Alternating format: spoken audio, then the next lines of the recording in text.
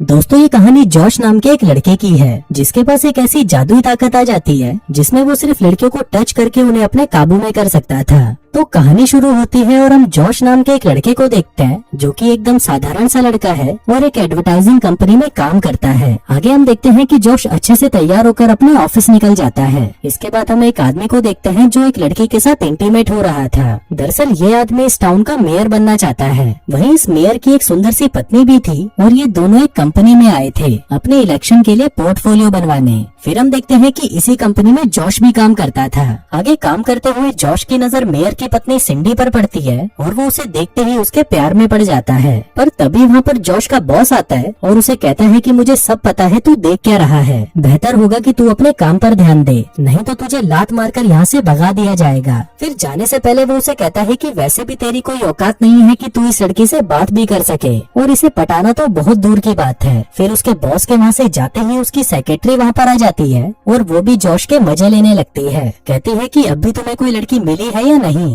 Josh कहता है कि मेरे पीछे तो लड़कियों की लाइन लगी पड़ी है और आज सुबह ही मैं 2 लड़कियों के साथ इंटीमेट होकर आया हूँ। फिर उसके जाते ही वहाँ पर सिंडी आ जाती है और जॉश से कहती है कि दरअसल मेरा नौकर चला गया है, तो क्या तुम मेरे बॉक्स उठाने में मदद करोगे। अब जॉश सिंडी को कैसे मना कर सकता था, जिसके बाद वो उसके बॉक्स को उठाकर उसके पीछे पीछे जाने लगता है। इसी दौरान हम 2 गधे मैडी और रायन को देखते हैं जो कि पार्क में लड़कियों को छेड़ने आए थे। तभी रायन एक लड़की के पास जाता है और उसे कहता है कि आप मेरी सर्विसेज लेना चाहोगे, क्योंकि मैं जो कर सकता हूँ वो आपका बॉयफ्रेंड भी नहीं कर सकता, और अगर आप मेरी सेवाएं लेना चाहते हो तो आप मेरी वेबसाइट पर जाकर मुझे बुक कर सकते हो। इसके बाद ये दोनों रिलैक्स होने के लिए स्टीम बाथ लेने जाते हैं, पर ये गधे गलती से लड़कियों के सेक्शन में घुस जाते हैं जहाँ से इन्हें जूते मारकर भगा दिया जाता है। फिर ये लोग भागते भागते पार्क में आते हैं और जॉश से टकरा जाते हैं। तभी जाने से पहले मैडी जॉश को अपना कार्ड देकर जाता है। इसके बाद जॉश सिंडी के घर पहुँचता है जो कि बहुत बड़ा था। फिर सिंडी जॉश को अपनी 3 नौकरानियों से मिलवाती है जो कि काफी टाइम से इंटीमेट होने के लिए तड़प रही थी। तभी सिंडी जॉश को अपने कमरे में ले जाती है और उसे अपने साथ इंटीमेट होने के लिए इशारे देने लगती है।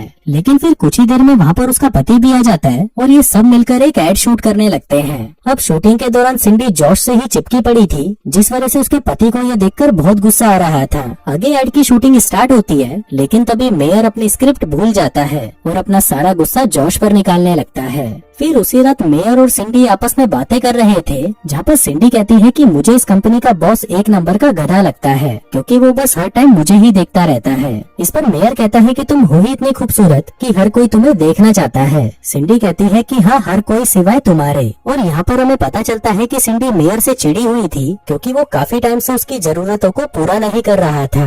दरअसल मेयर का फोकस अभी अपने इलेक्शंस पर था, इसलिए वो सिंडी पर ज्यादा ध्यान नहीं दे रहा था। लेकिन सिंडी को तो अपनी जरूरतें पूरी करनी ही थी, इसलिए वो दूसरे आदमियों को भी मौका देने लगती है। इसके बाद हम फिर से उन्हीं 2 गधे रायन और मैडी को देखते हैं जो कि एक सेमिनार में स्पीच दे रहे थे। तभी रायन वहाँ पर एक लड़की को बुलाता है और उसे पूछता है कि तुम्हें क्या लगता है इस बार इलेक्शन कौन जीतेगा, जिस पर वो लड़की कहती है कि आएगा तो मोदी ही। फिर वो उससे एक और सवाल पूछता है कि तुम्हें क्या चीज करने में ज्यादा मजा आता है, जिस पर वो लड़की कहती है कि फोन में रील्स देखना। अब उस लड़की ने सभी सवालों के सही जवाब दिए थे, इसलिए रायन वहाँ पर एक दूसरी लड़की को बुला लेता है। अब इससे पहले कि वो उससे कुछ सवाल पूछता, तभी वहाँ पर एक लड़की आकर रायन को मारने लगती है। कहती है कि इस आदमी ने मुझे झूठ बोला और मेरा फायदा उठाया। अब इतनी बेइज्जती होने की वजह से रायन उस सेमिनार को वहीं छोड़ देता है और वहाँ से जाने लगता है। लेकिन जाने से पहले वो एक बार और ट्राई करना चाहता था, इसलिए इस बार वो एक लड़के को बुलाता है और ये लड़का और कोई नहीं बल्कि जॉश ही था। फिर रायन जॉश को एक लड़की से बात करने के लिए कहता है, लेकिन जैसे ही जॉश उस लड़की से बात करता, वो लड़की उसे गधा और छोटे सामान वाला बोलकर वहाँ से चली जाती है, जिसके बाद जॉश भी निराश होकर वहाँ से चला जाता है। आगे जॉश दुखी होकर एक बार में बैठा था कि तभी वो वहाँ पर एक आदमी को देखता है जिसके पीछे लड़कियाँ कुत्तों की तरह पड़ी हुई थी।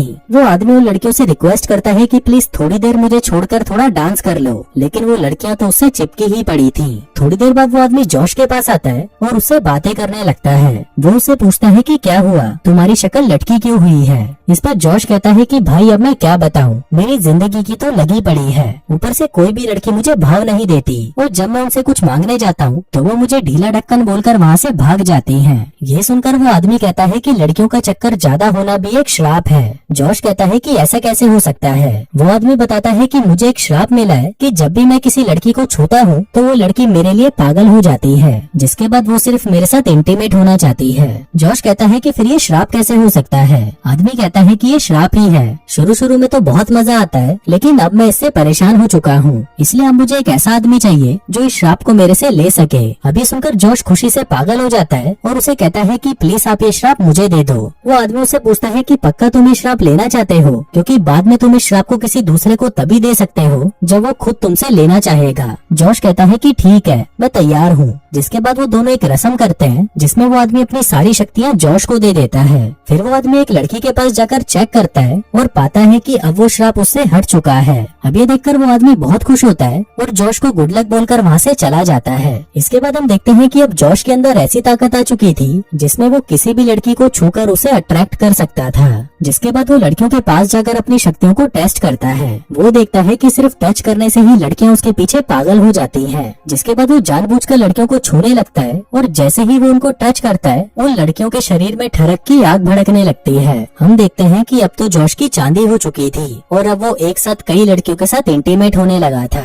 वो जहाँ पर भी जाता लड़कियों को सम्मोहित करके उन्हें अपने पीछे पागल कर देता। अब कई दिनों तक तो उसका ये कार्यक्रम ऐसे ही चलता है, लेकिन कुछ दिनों बाद वो इससे बोर हो जाता है। वो सोचता है कि ये काम तो बहुत ही मुश्किल है और सच में ही ये एक श्राप है। जिसके बाद वो अब लड़कियों से बचकर चलने लगता है, क्योंकि अब वो इतनी ज्यादा बार इंटीमेट हो चुका था कि अब उसके शरीर के अंदर ताकत ही नहीं बची थी। जिसके बाद अब वो लड़कियों से भागने लगा, लेकिन फिर जब लड़कियां उसे पकड़ लेती तो वो उन्हें कहता कि प्लीज तुम मुझे रिकवर होने के लिए थोड़ा टाइम दे दो, मैं तुम्हें खुश कर दूंगा। जिस पर वो लड़कियां भी मान जाती।